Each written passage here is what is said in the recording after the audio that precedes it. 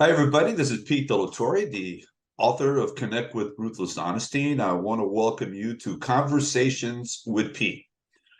Today's program, I have the pleasure of having a conversation with Norman Froscher, who is the founder of GrumpyMan Coffee from all the way up in West Palm Beach, Florida. Norman, how are you doing, my friend? Grumpy, but other than that, doing well. I wouldn't have it any other way. That's fantastic. I love it. We're right on cue here.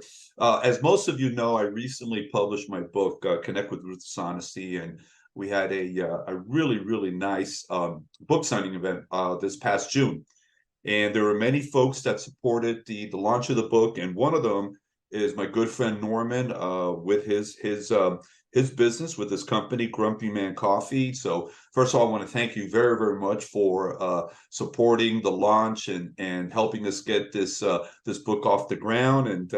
But today it's going to be more about you, Norman, and the business. Before we move on. If you could tell us just a little bit about GrumpyMan Coffee and what are the products that you serve your customers? Well, you see behind me, there's an entire coffee bar, and we're actually inside a pack and ship store called Espresso Mail. About nine, and we've been doing coffee for 9.5 years, but about 3 years ago, at the beginning of the pandemic, we wanted to control our own coffee, and when you try fresh roasted coffee, it's so much better than uh, something that's been sitting on a grocery store shelf for you don't know how long. So we started roasting our own coffee and brought it in, and we sell it, we serve it, and it's grown leaps and bounds since the beginning of the pandemic. Now, you have your location up in Palm Beach, but you do much more than just a storefront, correct? Right. We have a website, grumpymancoffee.com. We have people that order from across the country. We, shipped out several orders today. I think some going to North Carolina, to Texas. We've actually had people find us, from Google searches and online, and we've shipped international. So yeah, that's kind of, the shipping costs more than the coffee did, but they were really pleased with the product, and it's a great testament. So we're international. And you've been open how long now? The store Espresso Mail has been open 9.5 years. Grumpy Man Coffee, just almost 3.5 years now. All right, so that tells me if I do my math right, you opened up right around the COVID lockdown, correct? That's correct. Because we were in the pack and ship industry, the transportation industry, we were considered an essential business. So we didn't shut down.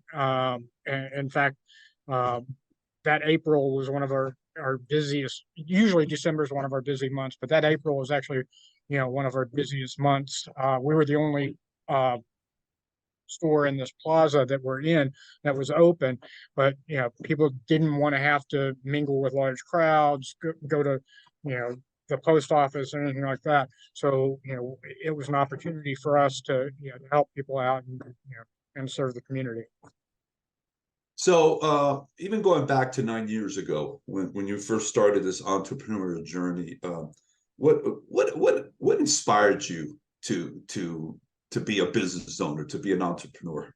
Well, you have to be a little insane. I think first and foremost, and being grumpy doesn't really necessarily help with the retail end of it, because I don't smile a lot, and grumpiness and sarcasm is pretty much my personality. But uh, the other thing about being an entrepreneur is you want to be able to set your own hours and not work many hours, and that's Not work many hours as an entrepreneur. that's right. You're only wearing one What hat. planet You're are only you on? I want to go there.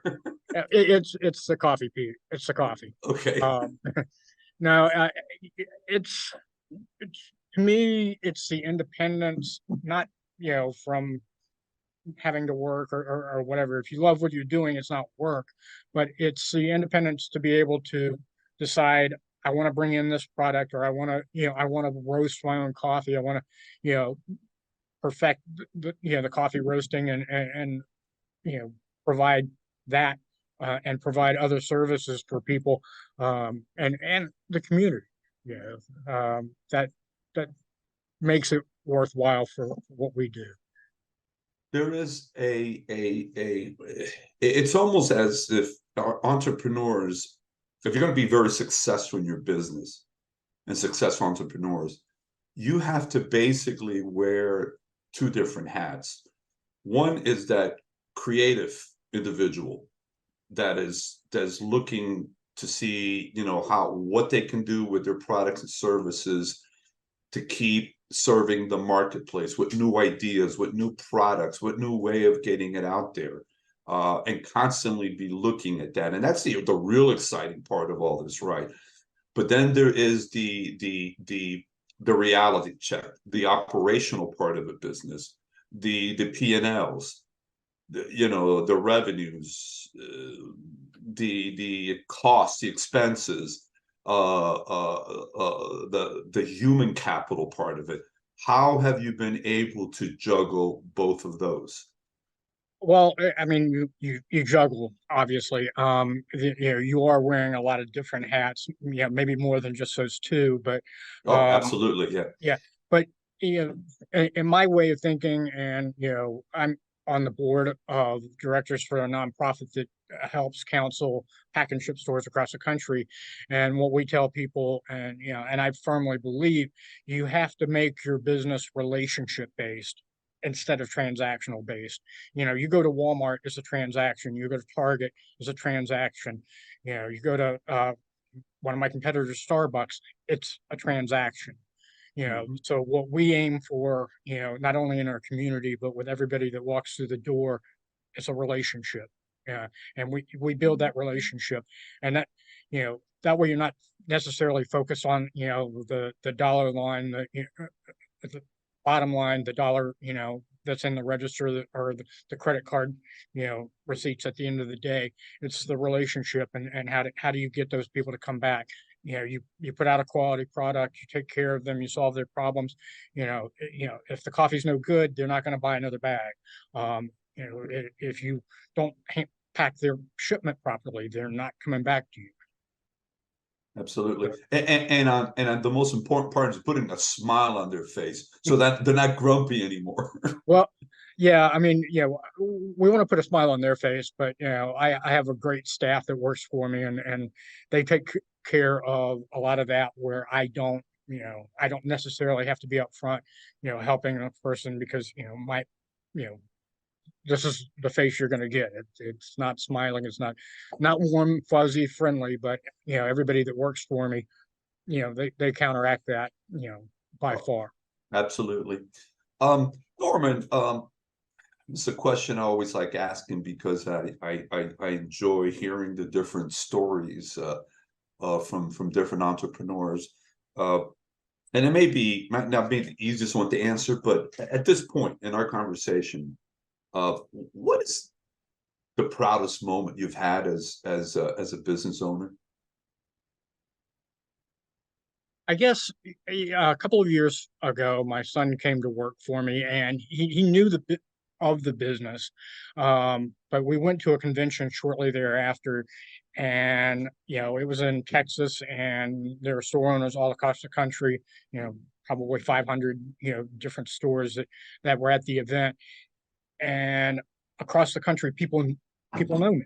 I've gotten messages today from other store owners, and so it was kind of an eye-opening experience for him to realize that, wow, this is a real store. It's not just a hobby. It's kind of eye-opening for him. And I'm not, you're my dad, but wow, you actually you run a business. And I mean, that was one of a highlight moment, maybe not as an entrepreneur, but just personally for me.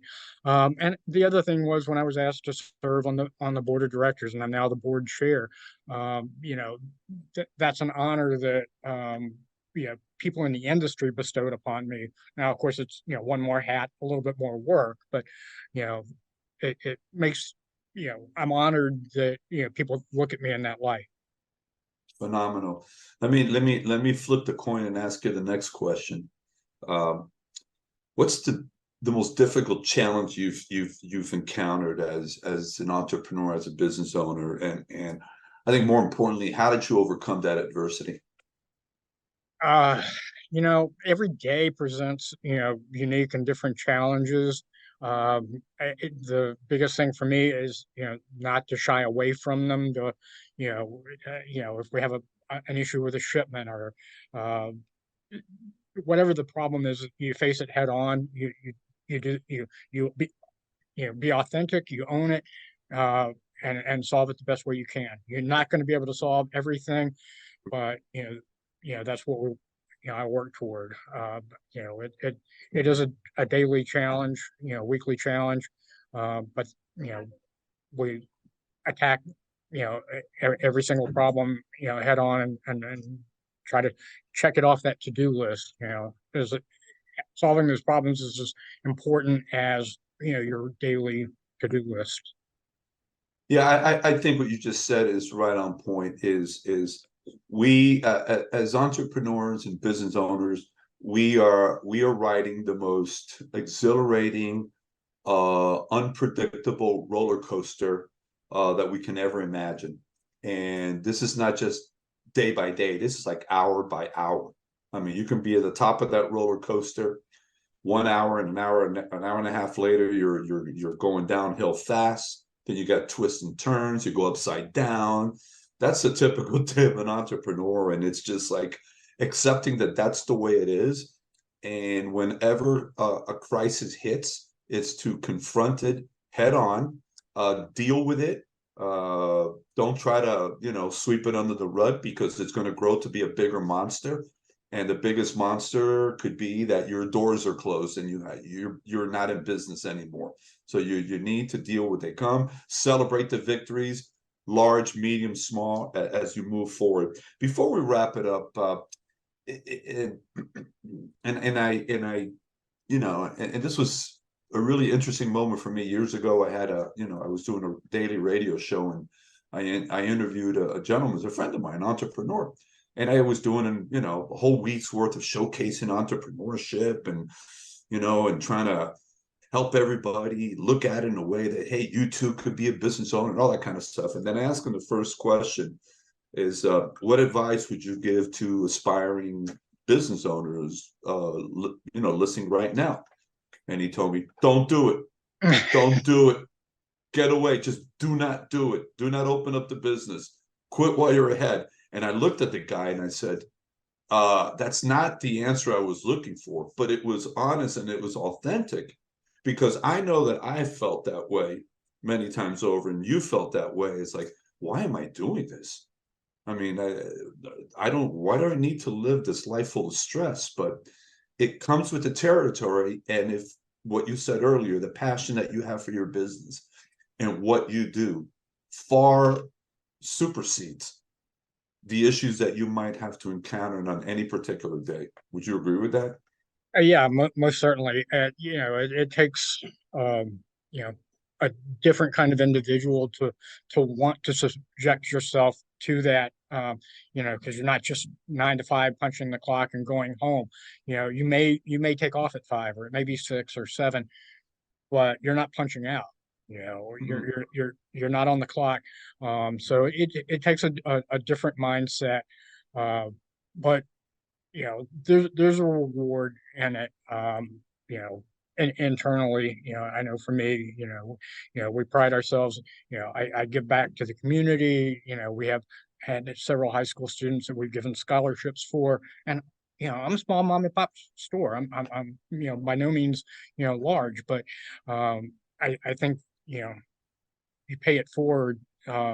Givers gain. To quote BNI, that type of mentality, it has enabled us to be, 9.5 years and going. You got to be doing something right, because I know it's not easy.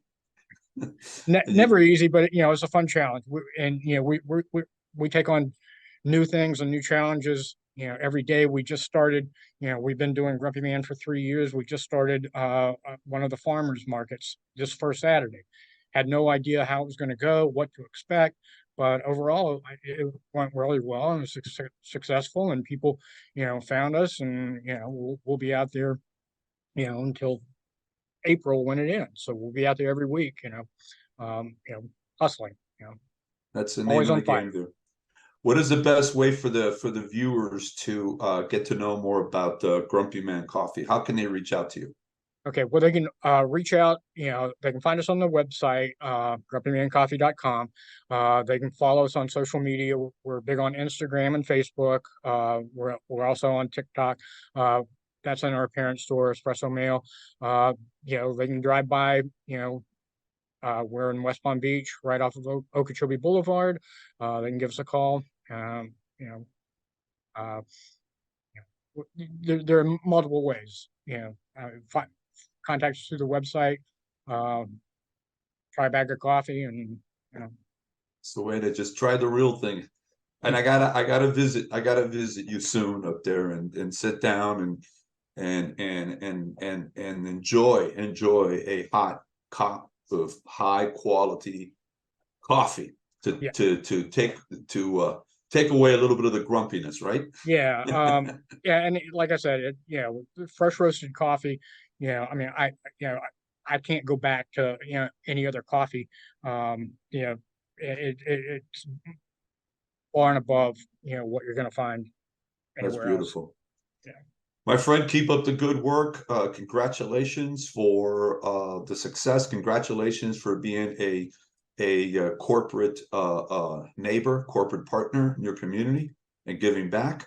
And that's a big message to all current entrepreneurs and aspiring entrepreneurs that take the time to give back the way you have. So thank you very much, and thank you very much once again for your support. All right, thanks, Pete. Continued success to you.